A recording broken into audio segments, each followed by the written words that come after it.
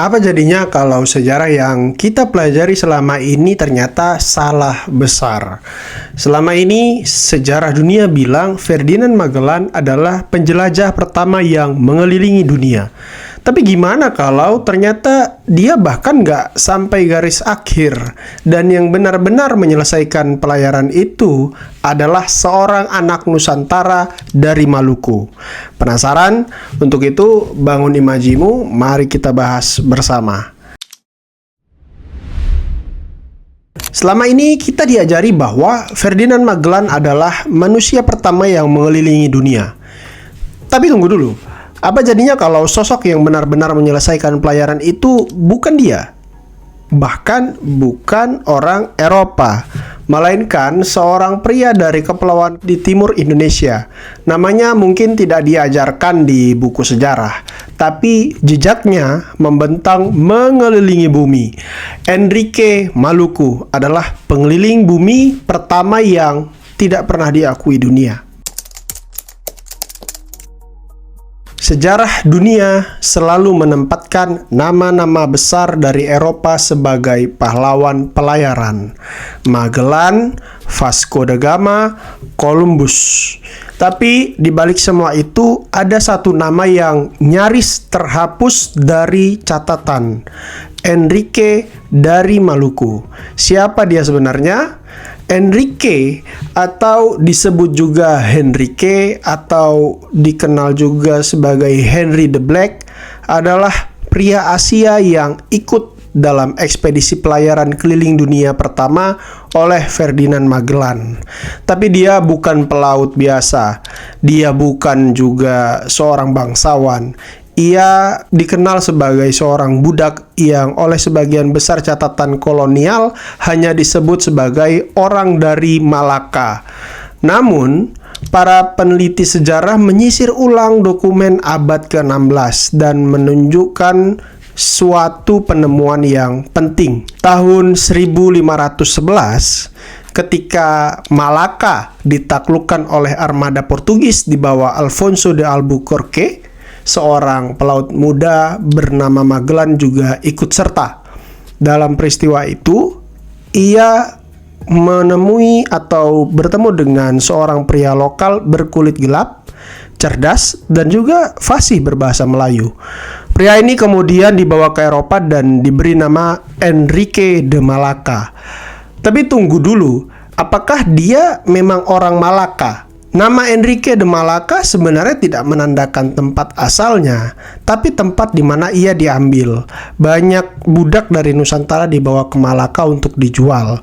Dalam catatan Antonio Pigafetta, salah satu kronikus pelayaran Magellan, disebutkan bahwa Enrique bisa berbicara dengan penduduk Filipina dalam bahasa mereka, yaitu bahasa Melayu. Dan itu bukan suatu kebetulan, karena bahasa Melayu adalah lingua franca atau bahasa pergaulan utama di wilayah Asia Tenggara, khususnya di Kepulauan Maluku, pusat perdagangan rempah paling penting di dunia saat itu. Enrique bisa jadi bukan berasal dari Malaka, melainkan justru dari Maluku. Inilah yang membuat Enrique begitu penting. Dia bukan hanya penjelajah, dia adalah jembatan antara dunia timur dan dunia barat. Dia berbicara bahasa yang tidak dipahami awak kapal Spanyol. Dia memahami budaya lokal dan itu membuatnya menjadi aset yang tidak ternilai. Dalam surat wasiat Magellan sendiri, Enrique disebut sebagai orang penting. Bukan budak ya, tapi orang yang penting. Bahkan Magellan berwasiat agar Enrique diberi kebebasan jika ia meninggal. Artinya, hubungan mereka tidak sekedar tuan dan budak, karena Magellan melihat nilai besar dalam sosok Enrique. Lalu kita bicara tentang abad ke-16, di mana orang Asia tak dianggap penting dalam sejarah dunia versi Eropa. Tapi Enrique, ia ikut pelayaran dari Spanyol ke Amerika Latin, menyeberangi Pasifik, kembali ke Asia Tenggara. Dan itulah mengapa banyak sejarawan modern meyakini Enrique lah bukan Magellan yang pertama menyelesaikan perjalanan keliling dunia. Tapi kenapa namanya justru tidak disebut dalam buku sejarah kita? Kenapa ia malah hanya dikenal sebagai budak dari Malaka? Apakah karena ia berasal dari timur? Karena Enrique bukan dari bangsa penakluk? Ya, ini baru awal kisah Enrique, dan yang terjadi setelahnya justru jauh lebih mengejutkan.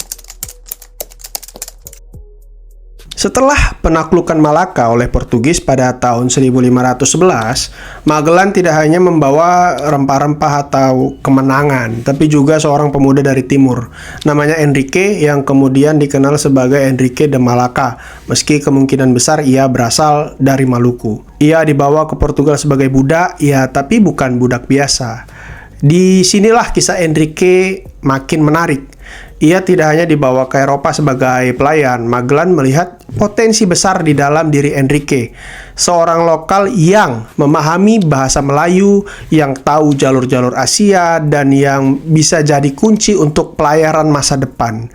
Bahkan menurut spekulasi dari dokumen sejarah dan tafsir novel Harun Aminur Rasyid, kemungkinan besar Enrique sudah berperan sebagai informan ketika terjadi konspirasi Sultan Mahmud Syah melawan Portugis di Malaka. Setelah kembali ke Portugal ataupun Portugis, Magellan mendapat kenaikan pangkat, namun hubungannya dengan kerajaan justru mulai retak. Tahun 1512, ia ikut berperang di Maroko dan mengalami cedera berat yang membuatnya pincang, luka fisik yang akan ia bawa seumur hidup. Enrique pun ikut bertugas sebagai asistennya. 5 tahun kemudian, Magellan kecewa karena Raja Manuel I dari Portugis menolak mendanai rencana pelayaran ke Maluku lewat jalur barat. Maka ia pun pindah haluan secara harfiah dan juga secara politik ke kerajaan Spanyol. Tahun 1517, Magellan tibalah di Sevilla, Spanyol. Ia menikah dengan Maria Caldera Beatriz Barbosa dan menetap di sana. Di waktu yang sama, ia juga merintis koneksi untuk mendapatkan dana dan dukungan politik demi ekspedisi yang besar. Dan siapa yang tetap ada di sisinya? Enrique sebagai penerjemah, asisten, dan diam-diam kunci dari seluruh rencana global ini.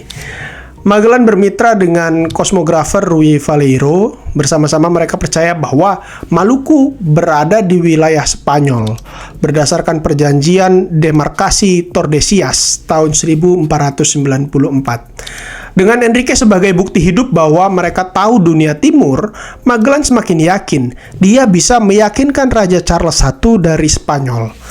Jadi Enrique bukan sekedar pelayan yang ikut tanpa sengaja. Ia adalah bagian dari strategi politik dan pelayaran global.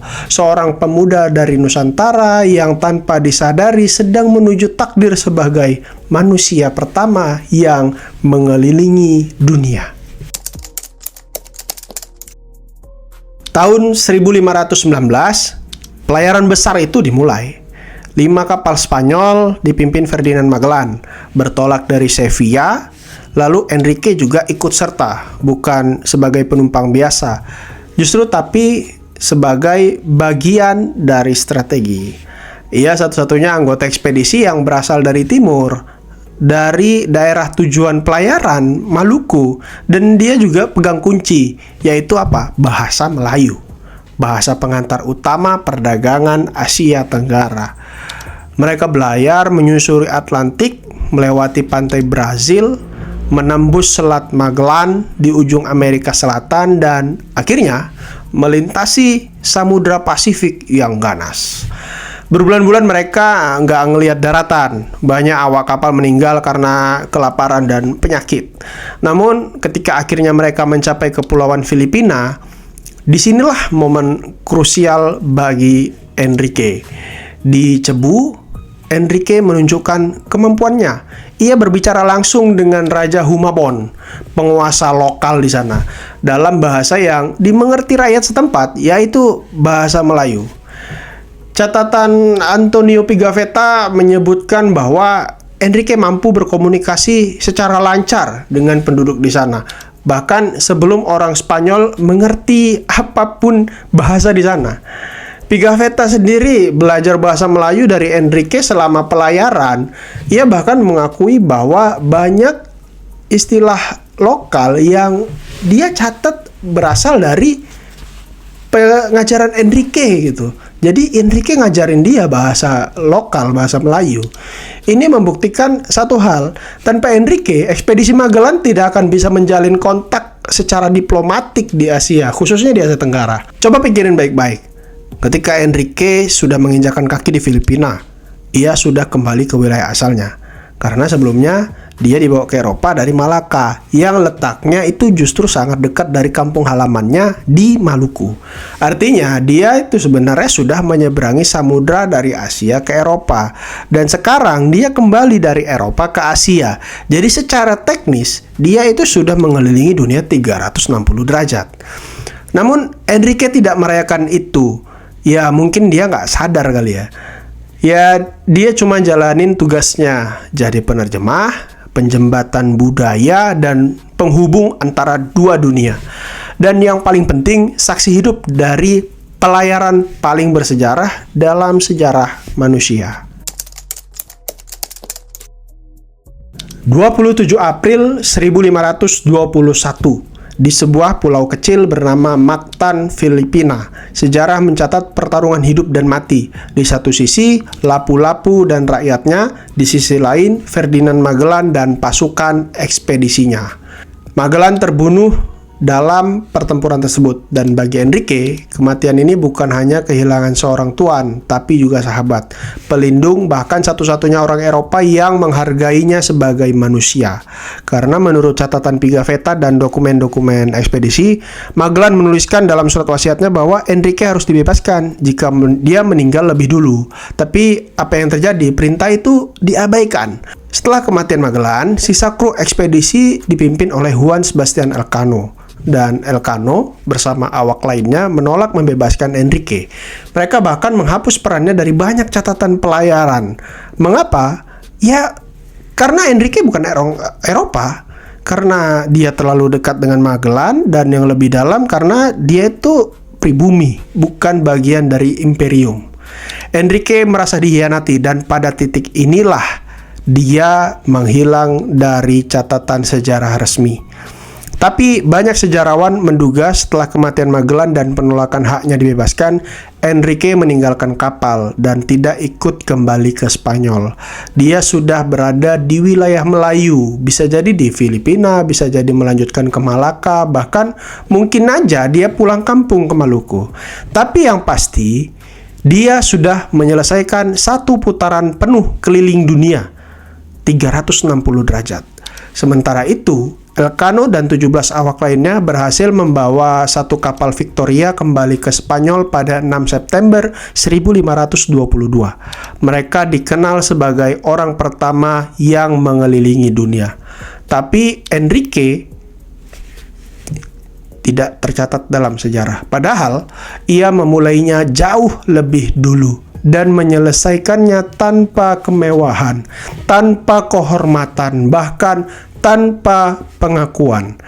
Maka kisah ini sebenarnya bukan hanya soal siapa yang lebih dulu sampai, siapa yang duluan mengelilingi dunia secara penuh, tapi justru ini tentang soal siapa yang dilupakan dan siapa yang perlu kita ingat kembali, yaitu Enrique dari Maluku. Bukan bajak laut, bukan kapten, tapi manusia pertama yang mengelilingi dunia. Kisah Enrique dari Maluku adalah pengingat bahwa sejarah tidak selalu adil, tapi kita bisa mulai memperbaiki itu dengan menceritakan ulang, mengangkat kembali, dan menghargai peran-peran yang tersembunyi. Kalau kamu merasa kisah Enrique ini penting, ayo kita share video ini. Dan menurut kamu, apakah Enrique layak disebut sebagai penjelajah pertama dunia? Ya kalau menurut saya, itu sangat layak. Tapi kalau menurut kamu, silahkan tulis pendapat kamu di kolom komentar. Dan juga jangan lupa like, share, dan juga subscribe, serta hidupkan loncengnya. Sampai ketemu di video selanjutnya. Bye!